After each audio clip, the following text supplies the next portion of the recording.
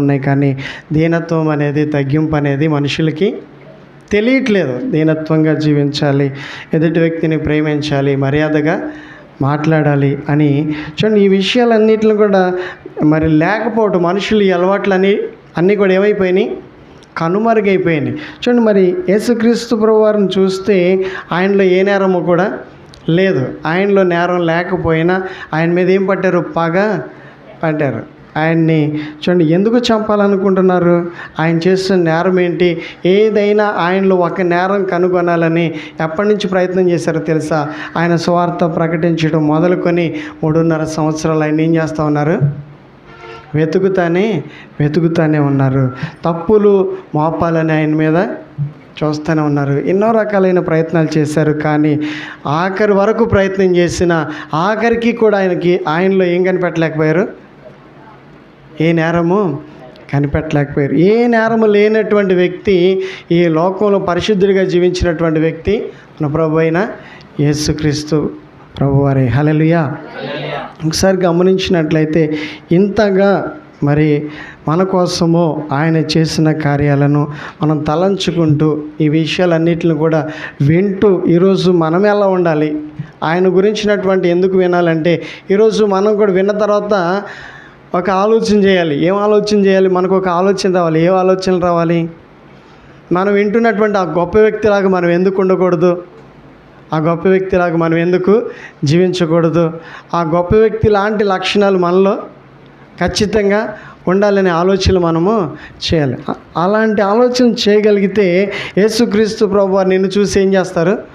సంతోషిస్తారండి. యేసుక్రీస్తు ప్రభువారు నీ జీవితం మారితే సంతోషిస్తాడు, బ్రతుకు మారితే సంతోషిస్తాడు.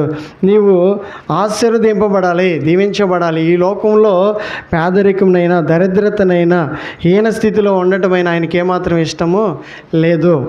ఈరోజు మనల్ని రక్షించడానికి యేసుక్రీస్తు ప్రభువారు చేస్తున్నటువంటి ప్రయత్నాలే ఇవి.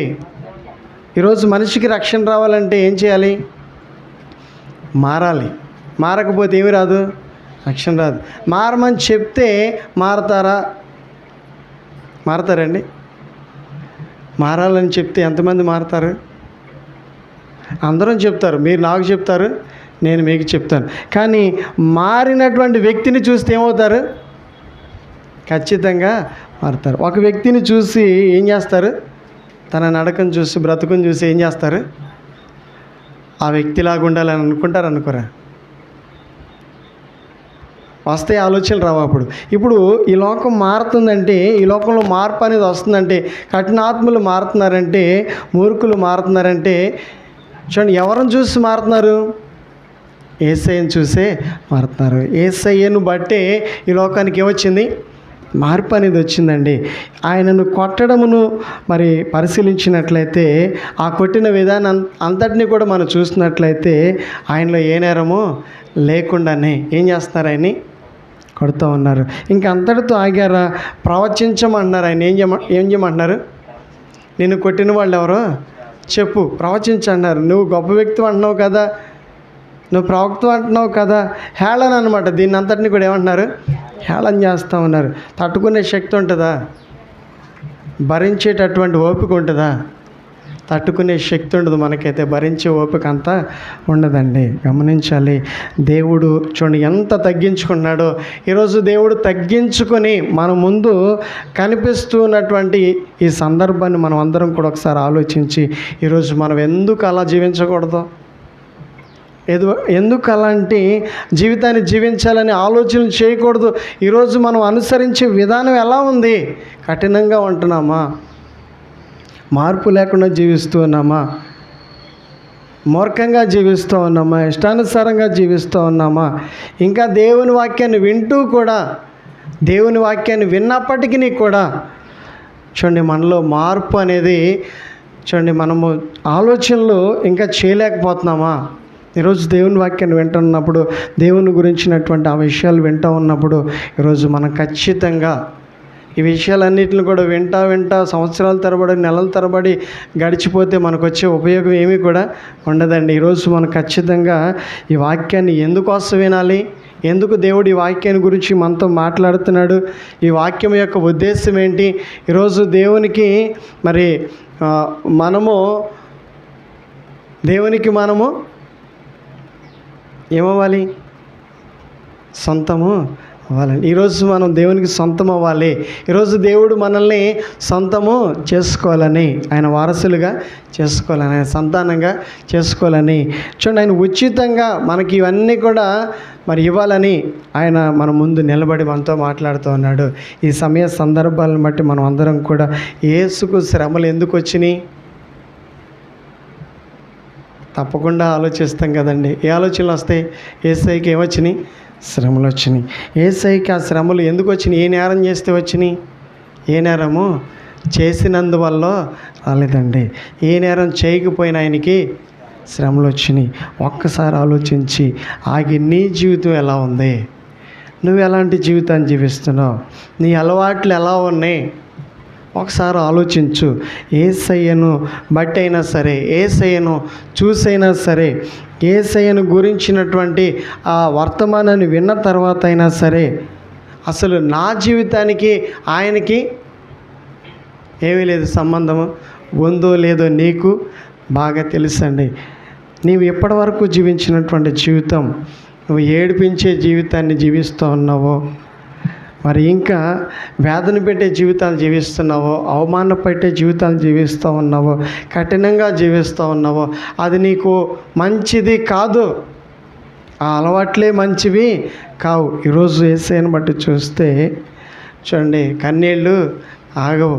ఈ లోకము చూడండి, ఎవ్వరును కూడా ఈ లోకంలో ఎవ్వరును కూడా శిక్ష అనుభవించిన వాళ్ళు ఎవరు కూడా లేరండి. ఇంతగా తగ్గించుకున్న వాళ్ళు ఎవరు కూడా లేరు. ఆయన లాంటి ప్రేమ ఎవరికి కూడా లేదు. ఆ ప్రేమను చూసైనా ఈరోజైనా సరే మరి మనం చేసే కార్యాలన్నిటిని కూడా ఒక్కసారి మన జీవితంలో జరిగే వాటిలన్నిటిని కూడా మనం అందరం కూడా ఒక్కసారి జ్ఞాపకం చేసుకోవాలి. జ్ఞాపకం చేసుకుని యేసయ్య శ్రమలు ఎందుకు పడుతూ ఉన్నాడు, యేసయ్య శ్రమలు పడుతూ కూడా ఎందుకు మౌనంగా ఉంటున్నాడు? ఈరోజు మరి మనం మౌనంగా ఉంటున్నామా? మన జీవితంలో అటువంటి మార్పు ఉందా? ఈరోజు మన జీవితము మరి అంత తగ్గింపు ఉందా మన జీవితంలో? అంతేకాకుండా ఇంకా మనం చదివినట్లయితే వాక్యంలో అంత జరగటమే మరి ఇక ఆ శ్రమలే అనుకుంటున్నామా? అయితే మనం ఒకసారి 23వ అధ్యాయంలో కూడా ఒకసారి చదువుదాం. 23వ అధ్యాయంలో 21వ వచనం.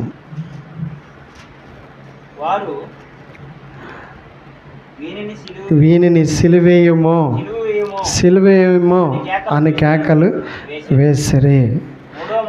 మూడవ మారు అతడు ఎందుకు ఇతడు ఏ దుష్కార్యం చేస్తును? ఇతని యందు మరణమునకు తగిన నేరం ఏమీ నాకు అగపడలేదు కనుక ఇతన్ని శిక్షించి విడుదల చేతునని వారితో చెప్పాను. అయితే వారు ఒకే పట్టుగా పెద్ద కేకలు వేసి వీని సిలువేయమని అడగగా వారి కేకలే గెలిచాము. మనుషులే గెలుస్తున్నారండి. చివరాఖరికి అరుపులే గెలుపులు. నోరుంటే అంటారు కదా, మరి యేసుక్రీస్తు ప్రభు వారిని శిక్షించమని సిలువేయమని ప్రజలు ఏం చేశారు? గెలిచారు. ఎవరు గెలిచారు? ప్రజలు గెలిచారు. ఆ అధిపతి అన్నాడు, ఈయనలో ఏ నేరము లేదు, అప్పటికైనా వారు చల్లారుతారేమని ఆయన శిక్షిస్తానంటే ఏం చేయట్లేదు, వాళ్ళు దానికి అంగీకరించడము లేదు. ఈ శ్రమలన్నింటిని కూడా వినాలి మనం అందరం కూడా. ఆయనకు జరిగినటువంటి ఆ సంఘటనలన్నీ కూడా వినాలి. ఈరోజైనా మన హృదయంలో మార్పు, మన మనసులో మార్పు, ఈరోజు మన జీవితంలో ఒక ఆలోచన. ఈరోజు మనం ఎందుకు యేసుక్రీస్తు ప్రభువారిని గురించి వింటూ కూడా నాకు కాదులే, మాకు కాదులే అనే ఆలోచనలు చేయకూడదు. ఈ శ్రమలన్నిటిని వింటూ ఉన్నప్పుడు ఈ శ్రమలన్నీ కూడా చూడండి, ఆయన జీవితంలోనికి మరి జరుగుతూ ఉన్నటువంటి విషయాలన్నీ కూడా వింటూ ఉన్నప్పుడు మన జీవితంలో మనం కూడా ఎలా జీవించాలి? మనుషులుగానా, పశువులుగానా? ఎలా జీవించాలి? మనం మనుషులుగా యేసుక్రీస్తు ప్రభువారు ఎలా జీవిస్తూ ఉన్నారు? అందరినీ కూడా ప్రేమిస్తూ ఉన్నాడు. చివరిలో ఆయన ఏమంటా ఉన్నారు, ఒక మాట సిలువకు అప్పగించిన తర్వాత సిలువ మీద నుంచి మొదటి మాట ఏమన్నారు, తండ్రి వీరు ఏం చేస్తున్నారు, వీరు ఎరుగని కనుక వీరిని క్షమించమని. కొట్టినా సిలువేయమని చెప్పినా ఆ జీవితంలో చూడండి ఏమి రావట్లా, మార్పు రావట్లా. ఈరోజు ఇక్కడ ఒకలాగా ఉంటున్నాం, ప్రక్కకి వెళ్తే ఇంకోలా ఉంటున్నాం. చూడండి రకరకాలుగా మన ప్రవర్తన చూడండి మరి కనబడుతోంది. అది మనకు తెలుసు, మనం ప్రవర్తించే ప్రవర్తన మనకు బాగా తెలుసు. మన హృదయం మనతో మాట్లాడుతూనే ఉంటుంది, ఇది సరి అయిన ప్రవర్తన కాదు, ఇది మంచి పద్ధతి కాదు. ఎవరో వచ్చి మనతో చెప్పాల్సినంత అవసరం లేదు. మన హృదయం మనతో మాట్లాడద్దే, మన హృదయం మనల్ని అడుగుతూ ఉంటుంది, మన హృదయమే మన మీద నేరము వేస్తూ ఉంటుంది. చాలా పొరపాటు చేసావమ్మా, చాలా పొరపాటు చేస్తున్నావా అని చెప్పేసి ఒక్కసారి కనుక నిన్ను నువ్వు పరీక్ష చేసుకుంటే నీ హృదయమే నీతో మాట్లాడతాము. మరి నువ్వు గమనించవచ్చు. యేసుక్రీస్తు ప్రభు వారిలో మనం చూడాలి. ఆ విషయాలన్నీ కూడా మనకి అవసరం.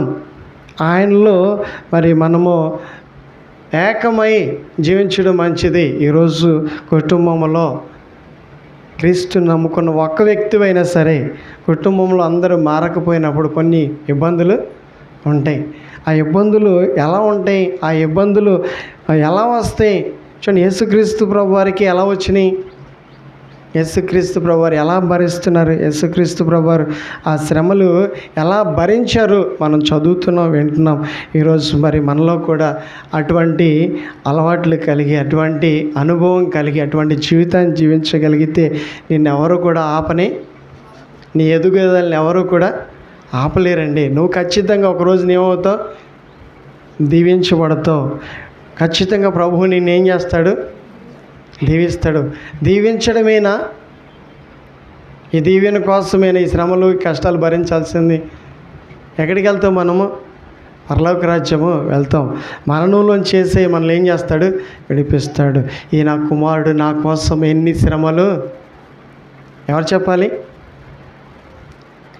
ఎవరితో మనం ఆ మాటను అనిపించుకోవాలి, ఎవరితో అనిపించుకోవాలి?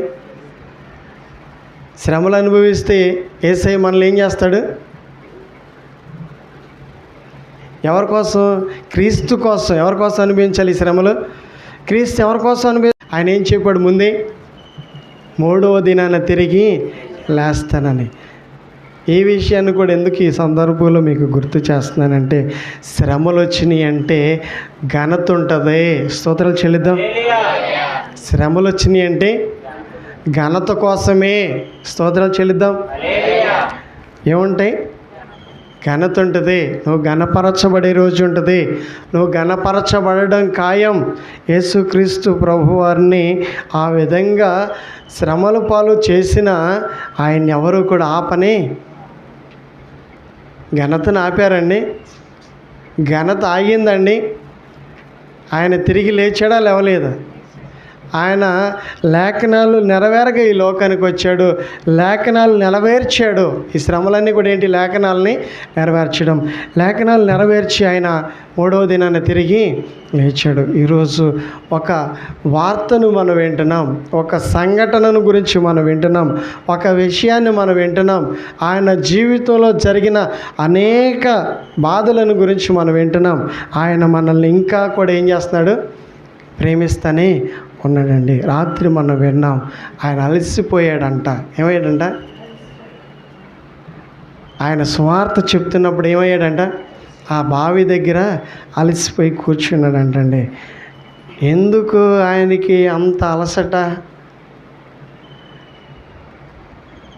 ఆ వ్యక్తిని మార్చడం కోసం ఆయన అలసిపోయాడండి. ఈరోజు మన ముందు నిలబడి ఎన్ని రోజులు ఆయన ఎదురు చూస్తున్నాడో తెలుసా? ఎన్నిసార్లు మనతో మాట్లాడాడో తెలుసా? ఆయన మాట్లాడడమే కానీ మనలో ఏమి రావట్లే. కొంతమంది చూడండి మారడానికి టైం పడుతుంది. ఈరోజు విలువైనటువంటి విషయాలను వింటూ విలువైనటువంటి విషయాల గురించి దేవుడు మనతో మాట్లాడుతున్నప్పుడు ఆ జీవితాన్ని గురించి మాట్లాడుతున్నాడు, ఆ విలువలను గురించి మనతో మాట్లాడుతున్నాడు.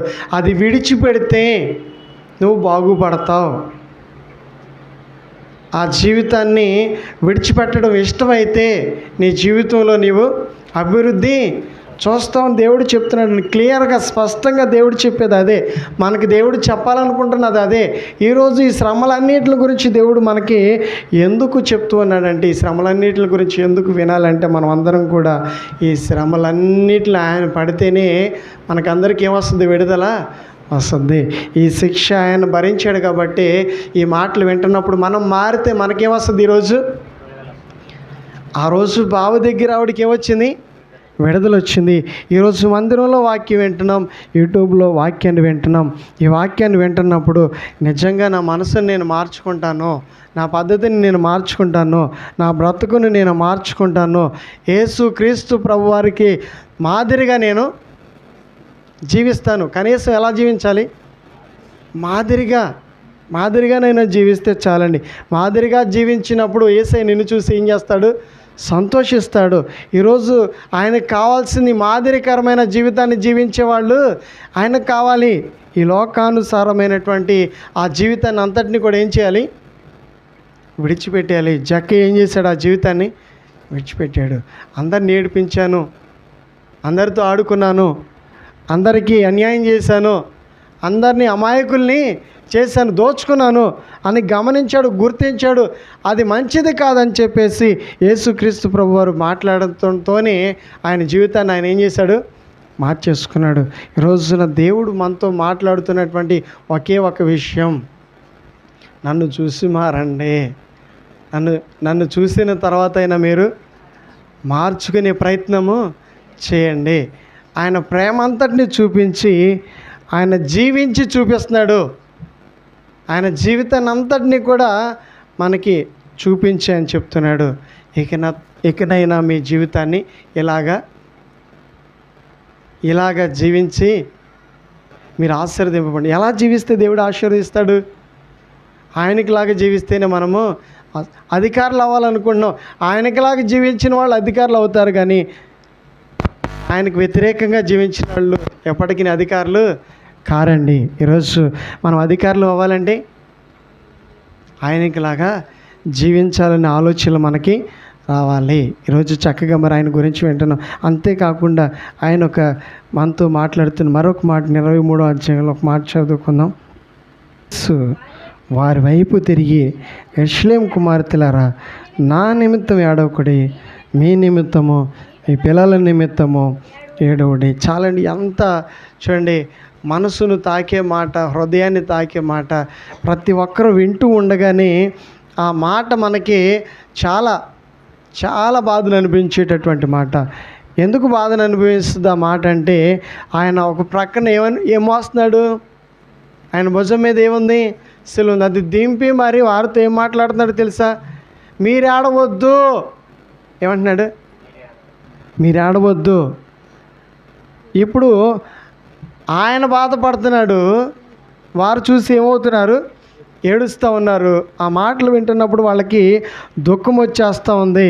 ఆయన చూస్తూ ఉంటే వాళ్ళకి దుఃఖము ఆగట్లేదు. ఆయన అంటున్నాడు, ఇలా దుఃఖపడటం కాదు, ఈ దుఃఖపడి సరిపెట్టుకోవటం కాదు. ఏం చేయాలి? ఈరోజు నాలాగా జీవించాలి. నాలాగా జీవించడము మీరు నేర్చుకోవాలి. నాలాగా జీవించడము మీరు ఇప్పుడు ఆలోచనలు చేయాలి. ఈరోజు యేసుక్రీస్తు ప్రభు వారు ఆ ప్రేమను చూపబట్టాక ఈరోజు మనం ఏమయ్యాం? మారాం. లేకపోతే మనలో ఏమొచ్చేది కాదు? మార్పే వచ్చేది కాదు. మారాలనే ఆలోచనలే వచ్చే కాదు. మీరే యేసుక్రీస్తు ప్రభు వారికి మాదిరిగా జీవించారనుకోండి, మిమ్మల్ని బట్టి ఏమవుతారు? ఇతరులు మారుతారు, పొరుగువారు మారుతారు, అనేకులు మారుతారు. ఈ ప్రేమ అందరినీ కూడా ఏం చేస్తుంది? మార్చుద్దండి. ఈరోజు యేసుక్రీస్తు ప్రభు వారిలాగా మనం కూడా ఏం చేయాలి? జీవించాలి. చెప్పండి, ఎవరిలాగా జీవించాలి? జీవిస్తే ఎవరిలాగా జీవించాలి? యేసు ప్రభులాగా జీవించాలండి. యేసుక్రీస్తు ప్రభు వారికి ఉన్నటువంటి ప్రేమ అందరిలో ఉండాలి, ఓర్పు అందరిలో ఉండాలి, ఆ తగ్గింపు అందరిలో ఉండాలి. అటువంటి అలవాట్లు అందరికీ కూడా ఈరోజు కావాలి.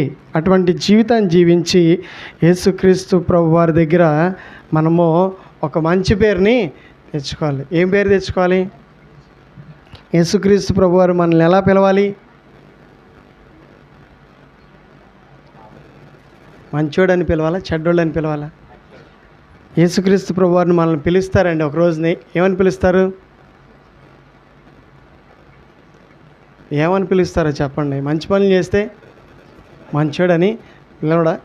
యేసుక్రీస్తు ప్రభు వారితో పిలిపించుకోవాలి అనుకుంటున్నాను నేనని ఒకసారి ఆలోచనలో ఉన్న వాళ్ళు స్తోత్రాలు చెల్లించండి. ఎవరితో పిలిపించుకోవాలి? ఎవరు పిలవాలి నిన్ను? యేసై పిలవాలండి నిన్ను.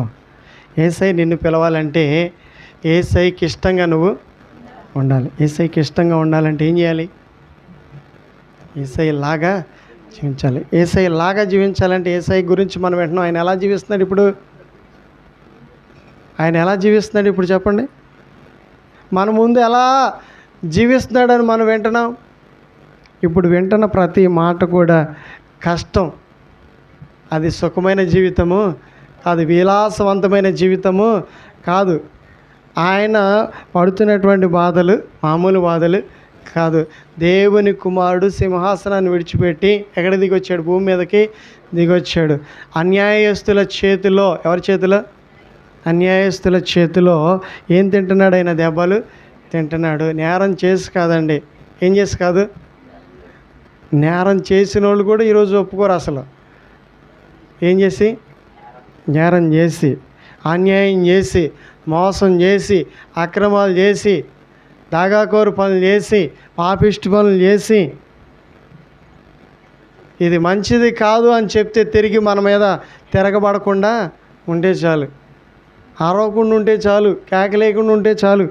ఇక్కడ యేసుక్రీస్తు ప్రభు వారి మీద కూడా ఏం చేస్తున్నారు? ఇప్పుడు కేకలేస్తున్నారు, అరిచేస్తున్నారు. ఎవరి మీద?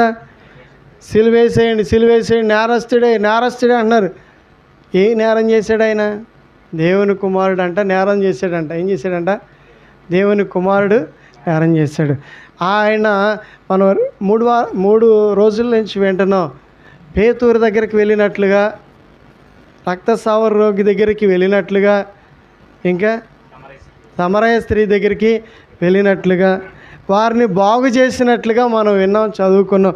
ఎంతోమందికి చూడండి, మరి జీవితాలను బాగు చేసుకోవడం కుదరకపోతే ఆయనే వీళ్ళు ఏం చేశాడు? జీవితాలని బాగు చేశాయన. జీవితాలను బాగు చేశాయనంటే వీళ్ళకి ఇష్టం లేదండి. ఈయన ఏం చేస్తాడు? జీవితాలను బాగు చేస్తాడు. జీవితాలను బాగు చేసే ఆయన్ని ఏం చేయట్లా? జీవితాలను బాగు చేసే ఆయన్ని ఉండనీయట్లా, ఈ భూమి మీద ఉండనీయకూడదు. ఈయనకి మరణశిక్ష వేయాలన్నారు. ఆయనకి ఏ శిక్షను విధించారు?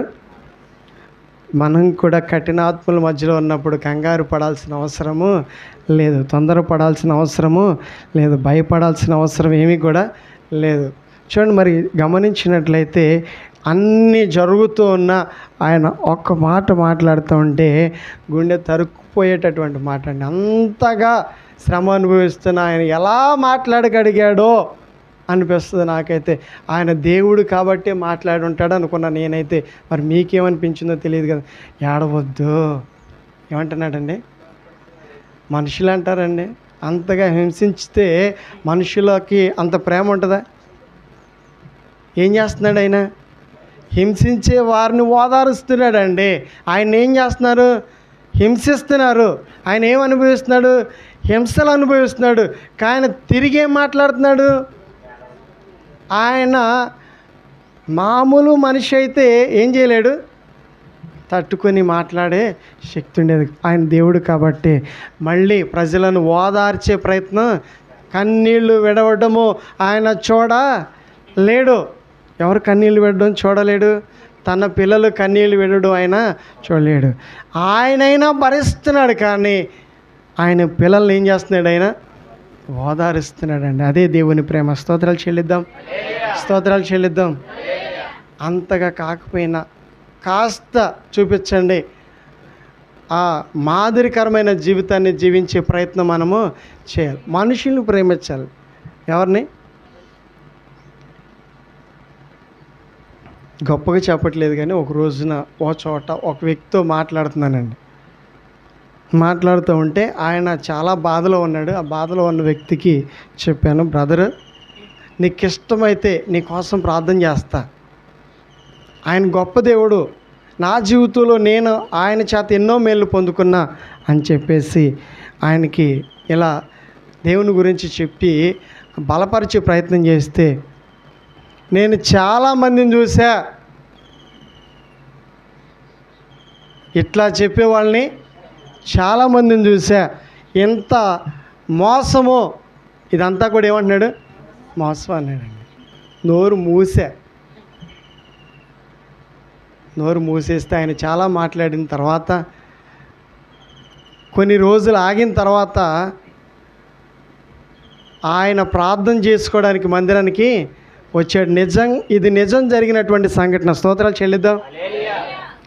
కొన్నిసార్లు మనం మౌనంగా ఉంటే చాలు, మాట్లాడకుండా ఉంటే చాలు. ఇది యేసుక్రీస్తు ప్రభువారికి మాదిరికరమైనటువంటి జీవితం. ఆ మౌనమే మార్చిందేమో ఆయన్ని. ఆయన అంటాడు, మీరు మార్చకపోతే నేను ఏమైపోయేవాడినా. నిజంగా ఎంత త్రాగుబోతో తెలుసా? త్రాగుబోతు, మూర్ఖుడు, కుటుంబంలో సమాధానం ఉండేది కాదు. అలాంటి వ్యక్తి మారాడు. ఎలా మారాడు?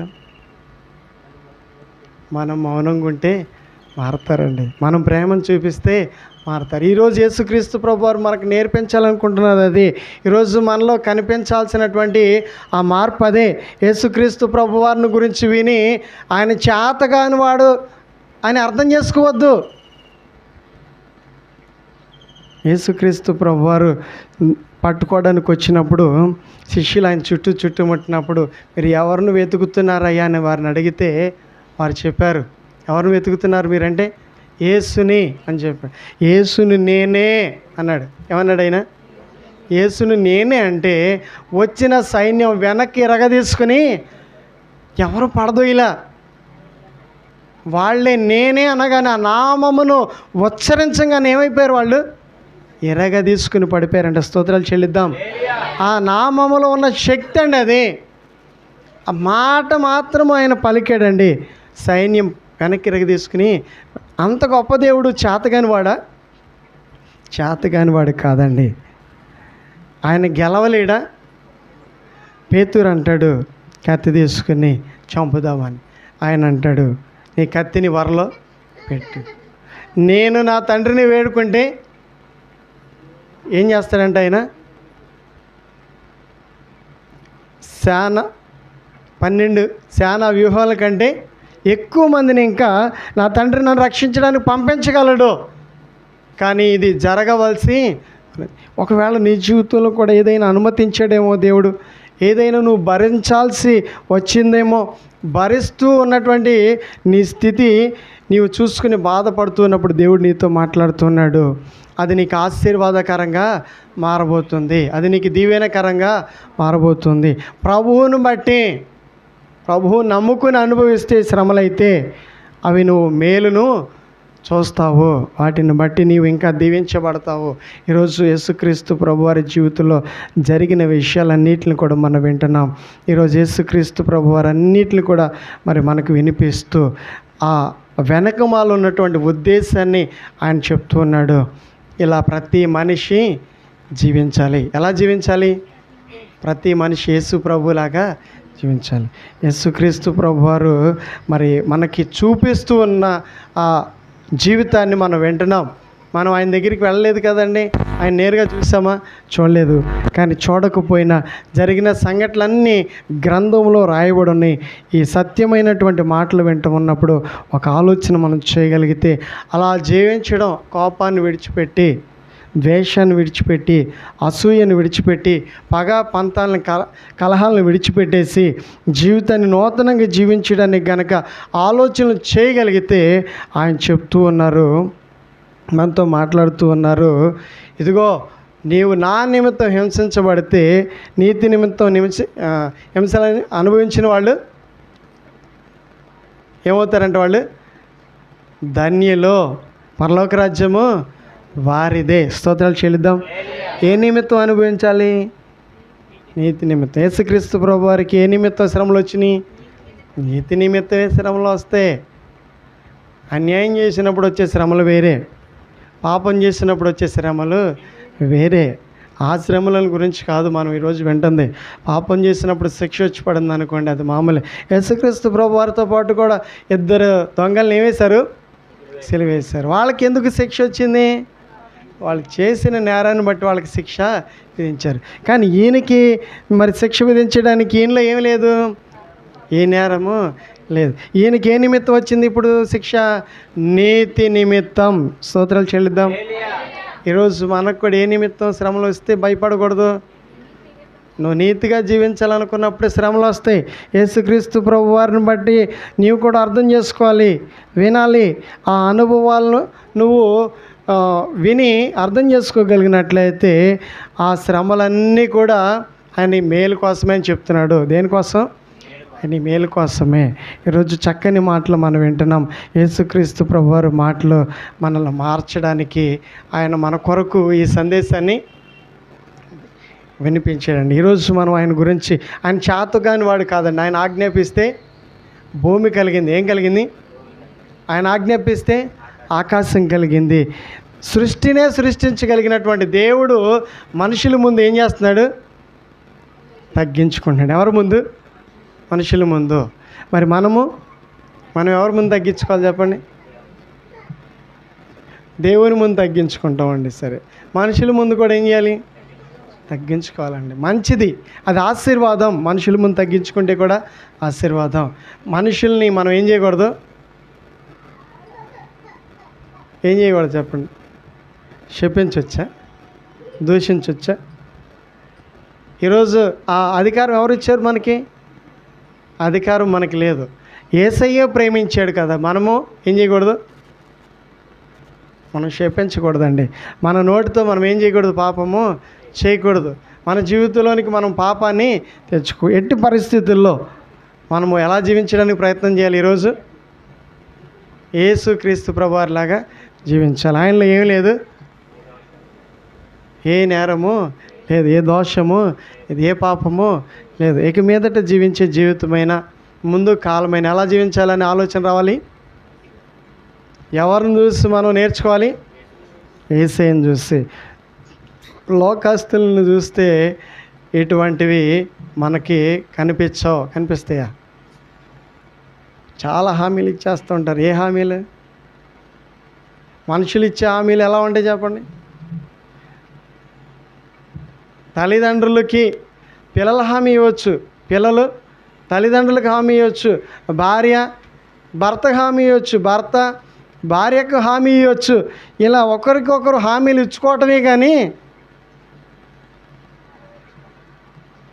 మరి యేసుక్రీస్తు ప్రభువారు మనకేమిస్తున్నారు?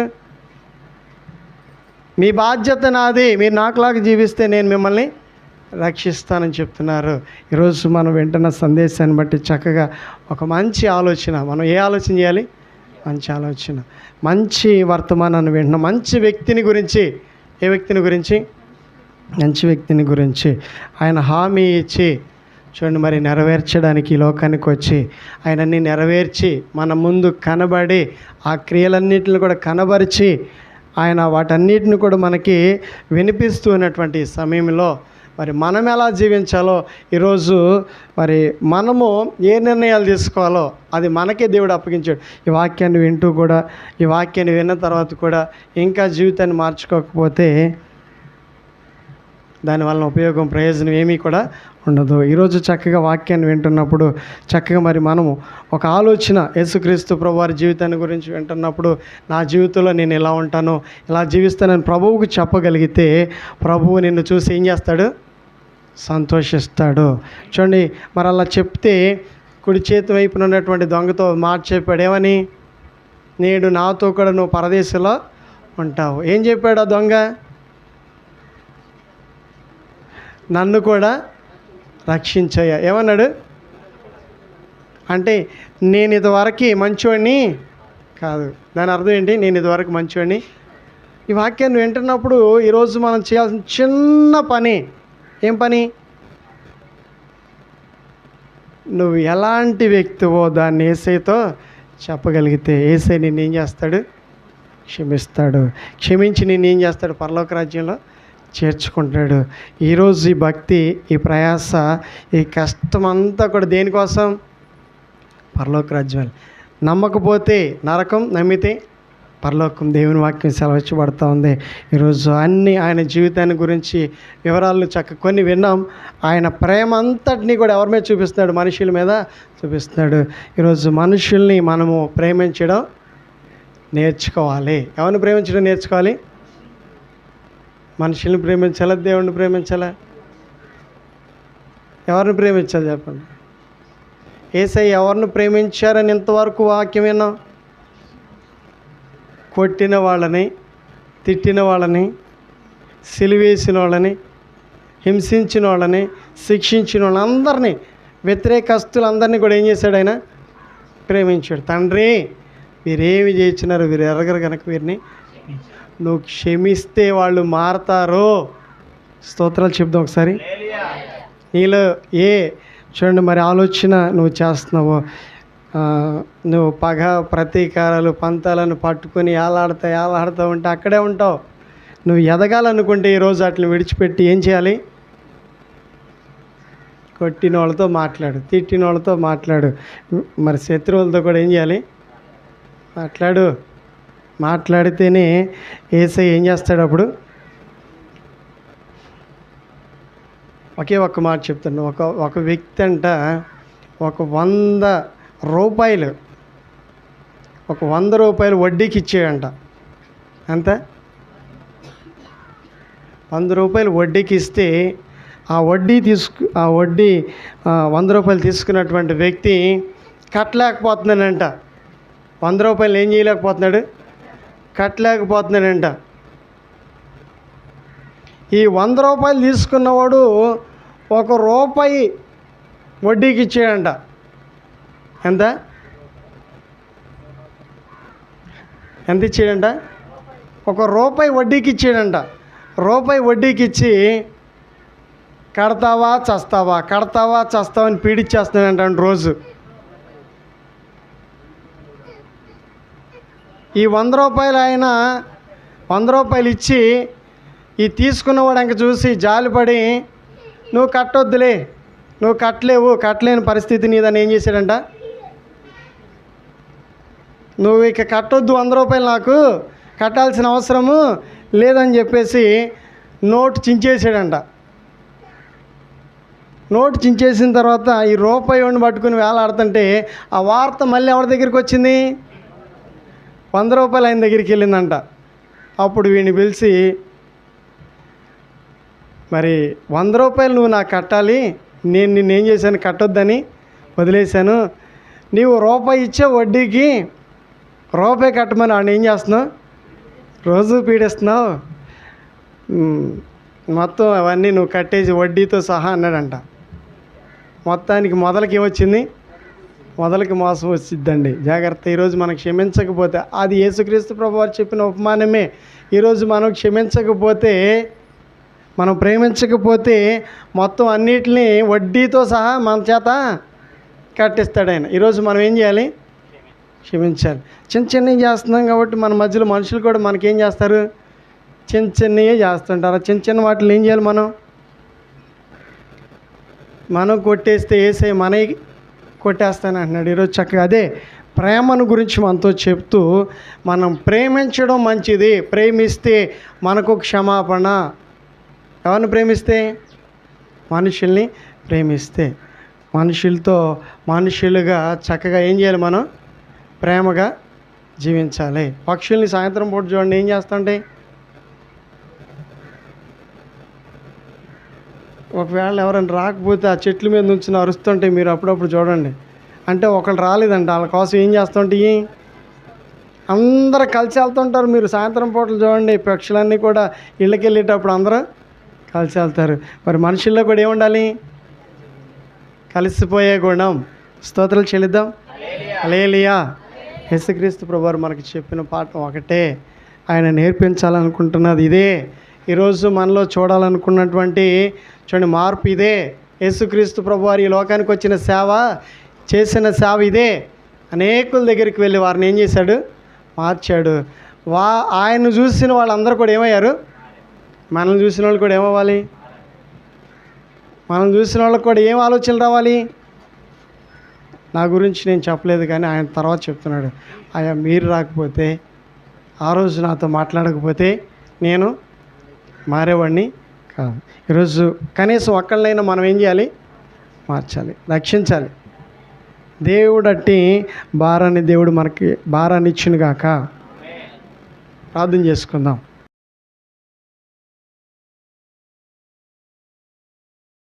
అటువంటి బిడ్డలందరినీ కూడా వాక్యానుసారంగా దీవించమని, నీ వలె మేమందరం జీవించాలి, నీలాగా జీవించాలనే ఆలోచనలో అందరికీ దయచేయమని, నీలాగా జీవించే ఆ మనసును, నూతన మనసును దయచేయండి.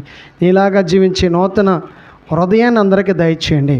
జీవితాలను మార్చడానికి వచ్చావని మరొకసారి మా అందరితో మాట్లాడినందుకు కృతజ్ఞతలు చెల్లిస్తూ, ఈ వాక్యాన్ని ఎంతమంది అయితే వింటున్నారో వారందరినీ కూడా దీవించమని యేసు నామములో ప్రార్థిస్తున్న తండ్రి, ఆమేన్.